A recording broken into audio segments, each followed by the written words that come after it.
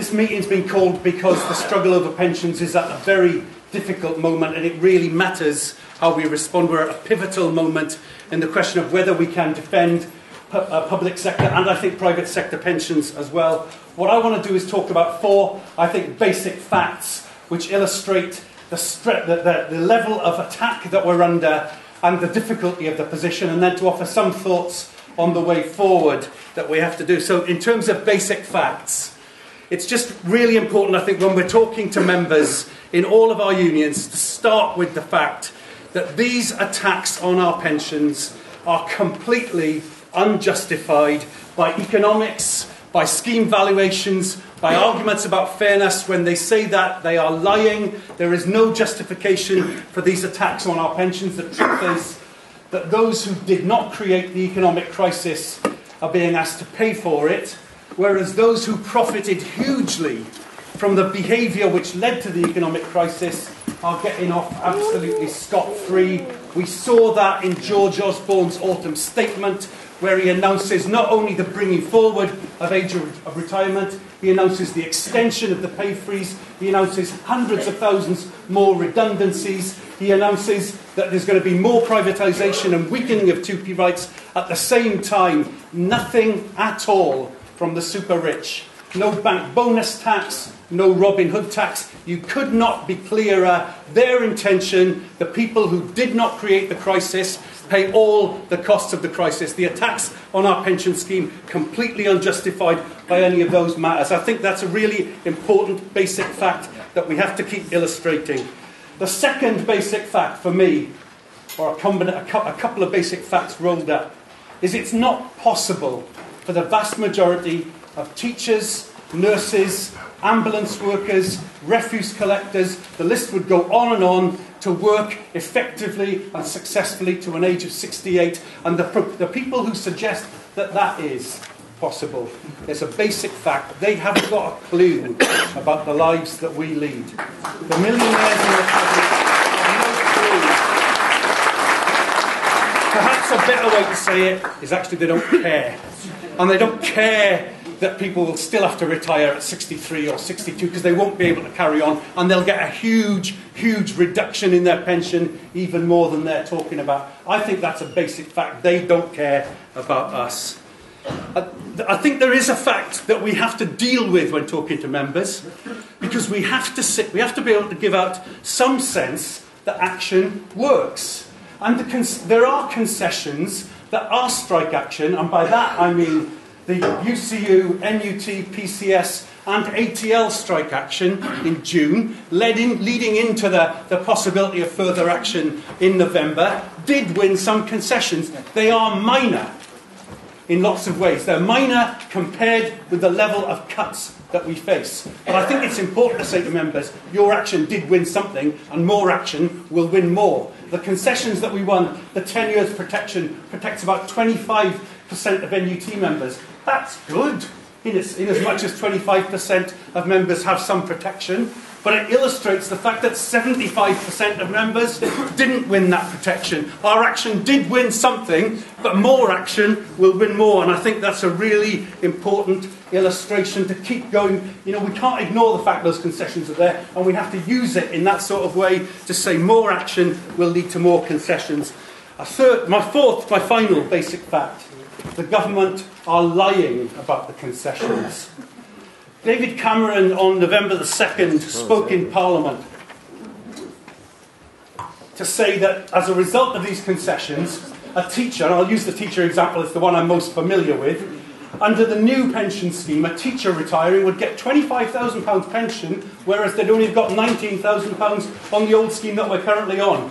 Well, we would be a bloody mad set of trades unionists to be striking against the £6,000 increase in our pension, because he's not telling the truth. And if he was a private sector pension salesperson trying to do this patter, it would be against the law. It's mis-selling, because what he hasn't said is, yeah, on that pension scheme you get £19,000. On this one, you've had to work an extra 8 years. You've had to pay an extra 50% for all the years you work, as well as those extra 8 years. You don't get 8 years of your pension because you worked 8 years less.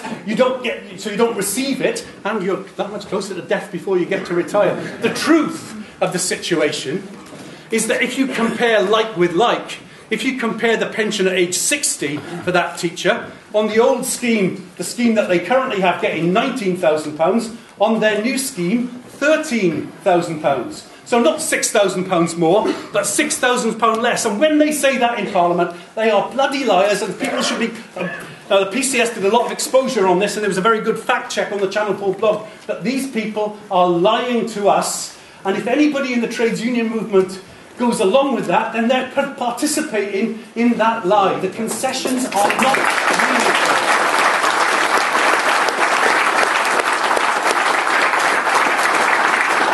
Well, where do we go from here? I think it's hard. It isn't easy.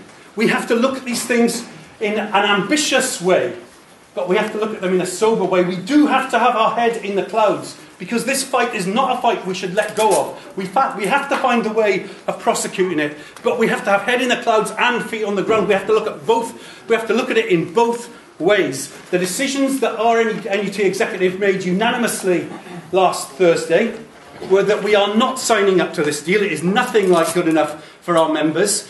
We are calling for all the unions adopting a similar position as us to meet in a summit urgently to talk about what further industrial action we can take together. We are relaunching our calculator that we use so effectively during the run-up to our 92% ballot for action in the summer. So we're relaunching a calculator with all of the concessions built in. And if you look at that calculator, get anybody to look at that calculator, including people in the protected group, they will still find they are losing thousands of pounds in retirement from the RPI shift. They're losing tens of thousands of pounds from the extra contributions, and anybody outside the protected group just in exactly the same position. Huge, huge cuts that they're facing. So we're relaunching that. As we relaunch that, we're consulting members to get them to agree with us that we're right not to sign up, that we're not signing up to this deal in any way, shape or form. You can call that reject, you can call it not signing up. It's the same thing. We are not signing up to this deal. We're calling for this meeting of all of the unions to talk about further action, and then we are consulting members about how much action, where their thinking is about how much action we can further take. And I think that's an important step. And I don't know how comfortable people feel with that, but we have to recognise that members in schools will say to us, there were 1 million people, 2 million people on strike, there were 30 unions on strike, it's now a different situation, and we have to talk to them about the situation that we're in. We are ambitious, we want more industrial action, and there are more unions than have been talked about who are potentially involved with this industrial action. So there are unions representing teachers who were on strike in November who haven't had to accept or reject this deal because it hasn't been put to them. The Scottish teachers in EIS, the Northern Irish teachers in the Irish National Teachers Organisation, the Ulster Teachers Union, they're not in the same negotiations. Their schemes parallel to ours, but their negotiations haven't started. Now, the EIS cannot possibly be saying that it will sign up because it's got another stage of negotiations with the SNP government. They're not going to say they're signing up because they want to get more than we've got. I hope that, of course, they'll want to get more than that. So there are more unions for us to talk to, have the potential of bringing into industrial action. So it's really important that from the leadership of the NUT that we do a serious job, because you can pose to members, I think, that if we could have the NISUWT, the NUT, the UCU, ICAC in Wales, EIS in Scotland, the Irish National Teachers Organisation in Ireland, that is a strike that will work, that will frighten the government, that will close practically every school in the country. It's a strike that we can deliver.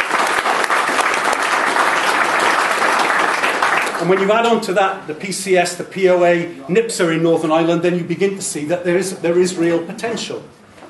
But, and here, I don't know how people are going to react to this. The NUT has been prepared to take action with very small numbers of unions, and we took action in 2008 over pay with the PCS and the UCU. We didn't win much from that, but it was very successful in terms of recruited members. The day of action was very good. But I think it's different if members feel they're on the declining edge of a campaign, whether they will take part in that action. Now, that's not saying we don't want them to, but it's saying it's a debate that will happen in every school. And so we're also, from the NUT executive, we're urging there to be school group meetings which look at the huge cuts in pensions that are facing us. which put to members that we shouldn't stop the campaign here, but then have that serious debate with them about what the situation is. We need to get this meeting of other unions together to see how many we can bring into it, so that members get an honest assessment of what sort of action we're talking about. Members will want to know that we've done that work as seriously as we can to get unions together for it, and then we're in a position to make the assessment of what action we take going forward.